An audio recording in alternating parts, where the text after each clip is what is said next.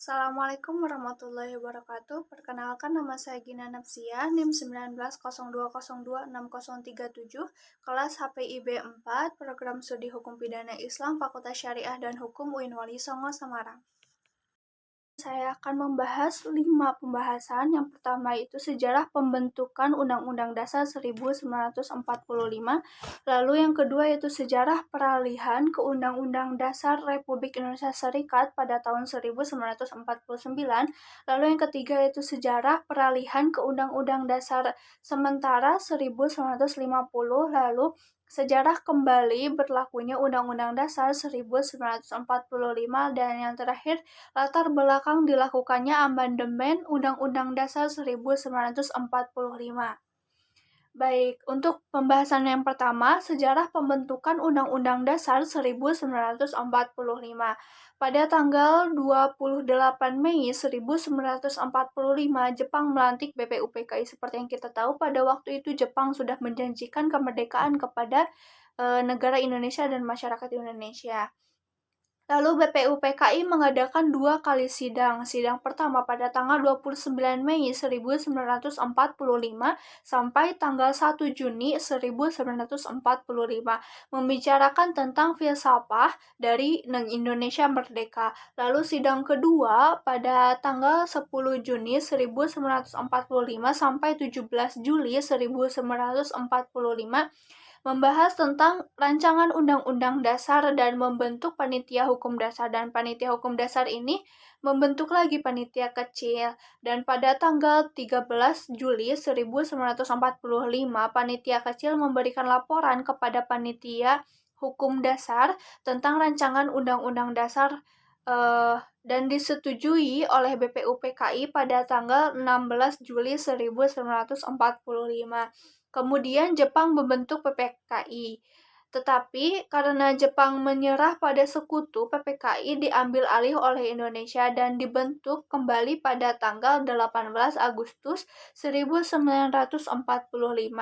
Semua hasil panitia hukum dasar yang disahkan oleh BPUPKI juga disahkan oleh PPKI, dan khususnya untuk hasil diskusi 9 tokoh pada tanggal 22 Juni 1945 di Jakarta yang biasa kita kenal dengan Piagam Jakarta. Setelah dihilangkan 7 kata-kata dalam piagam tersebut, maka seluruh isinya dijadikan pembukaan Undang-Undang Dasar 1945. Menurut Profesor Ismail Seni, dalam bukunya menyebutkan bahwa kesahan Undang-Undang Dasar 1945 harus dipertimbangkan dengan menunjuk kepada keberhasilannya Revolusi Indonesia. Dan jadi, karena Revolusi Indonesia berhasil, maka yang dihasilkan oleh revolusi itu, yaitu Undang-Undang Dasar 1945, adalah sah. Kemudian, sejarah peralihan ke Undang-Undang Dasar Republik Indonesia Serikat pada tanggal 23 Agustus 1949 sampai 2 November 1949 diadakannya konferensi meja bundar yang menghasilkan 3 buah persetujuan. Di antaranya mendirikan negara Republik Indonesia, lalu menyerahkan kedaulatan kepada Republik Indonesia, dirikannya uni antara Republik Indonesia dan Kerajaan Belanda. Lalu rancangan Undang-Undang Dasar untuk negara Republik Indonesia ini dibuat oleh delegasi Republik Indonesia dan delegasi dari BFO pada konferensi meja bundar, dan mulai berlaku pada tanggal 27 Desember 1949.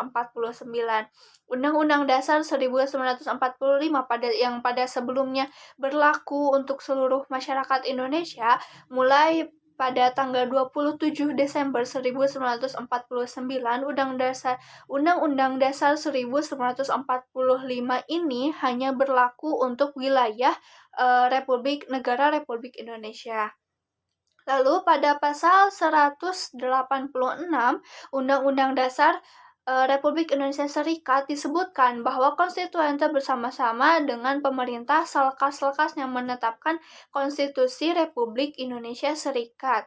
Dan dari bunyi pasal ini dan jelaslah bahwa Undang-Undang Dasar Republik Indonesia Serikat ini hanya berlaku atau bersifat sementara.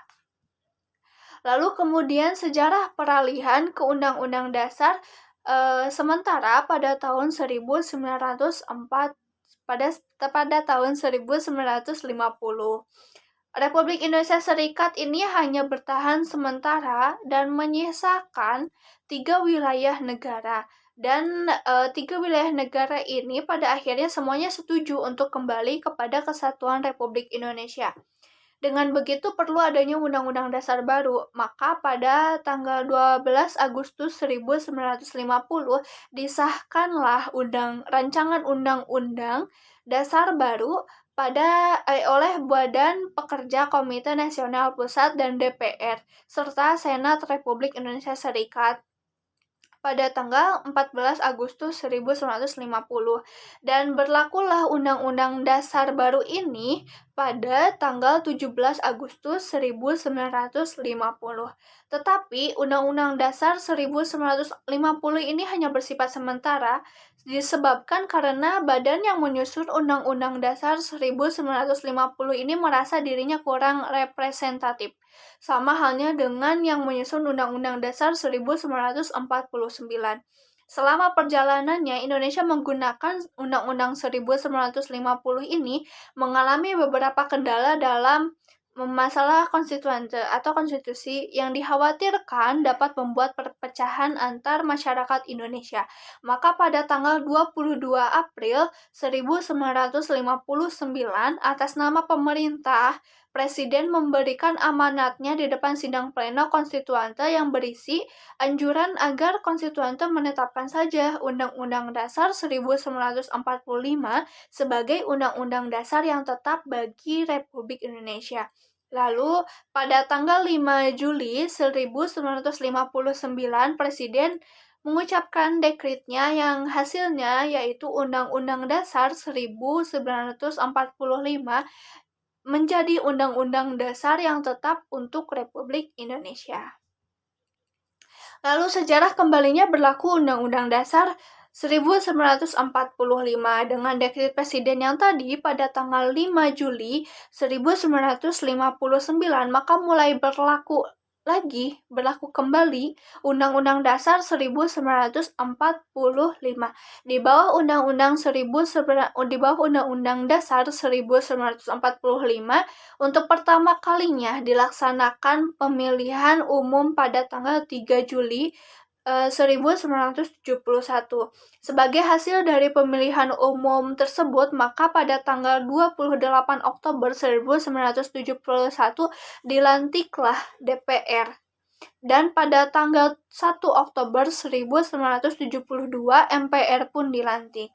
Walaupun sudah kembali kepada Undang-Undang Dasar 1945, namun Undang-Undang Dasar 1945 ini masih bersifat sementara karena MPR menurut pasal 3 Undang-Undang Dasar 1945 menetapkan Undang-Undang Dasar kiranya tidak ada yang keberatan untuk menetapkan Undang-Undang Dasar 1945 sebagai Undang-Undang Dasar yang tetap, tetapi tidak berarti bahwa setelah berlakunya kembali dengan dekret Presiden itu, Undang-Undang Dasar 1940 ini menjadi tetap. Seperti itu. Lalu latar belakang dilakukannya amandemen Undang-Undang Dasar 1945. Latar belakang tuntutan perubahan Undang-Undang Dasar 1945 antara lain karena pada masa Orde Baru kekuasaan tertinggi itu berada di tangan MPR dan pada kenyataannya bukan di tangan rakyat. Lalu kekuasaan yang sangat besar itu pada Presiden. Lalu adanya pasal-pasal yang terlalu luas atau sehingga dapat menimbulkan multitafsir, serta kenyataan rumusan Undang-Undang Dasar 1945 tentang semangat penyelenggara negara yang belum cukup didukung ketentuan konstitusi. Tujuan perubahan Undang-Undang Dasar 1945 waktu itu adalah untuk menyempurnakan aturan dasar seperti tatanan negara, kedaulatan rakyat, hak asasi manusia, pembagian kekuasaan, eksistensi negara demokrasi dan negara hukum, serta hal-hal lain yang sesuai dengan perkembangan aspirasi dan kebutuhan bangsa masyarakat Indonesia. perubahan Undang-Undang Dasar 1945 dengan kesepakatan di antaranya tidak mengubah pembukaan Undang-Undang Dasar 1945. Jadi semua amandemen yang dilakukan itu hanya isi undang-undangnya, undang-undang dasarnya, tidak merubah pembukaan Undang-Undang Dasar 1945. Lalu tetap mempertahankan susunan kenegaraan atau state structure. Kesatuan atau selanjutnya lebih dikenal dengan Negara Kesatuan Republik Indonesia, serta mempertegas sistem pemerintahan presidensil. Baik, terima kasih untuk perhatiannya. Kurang lebihnya mohon maaf. Sekian dari saya. Wassalamualaikum warahmatullahi wabarakatuh.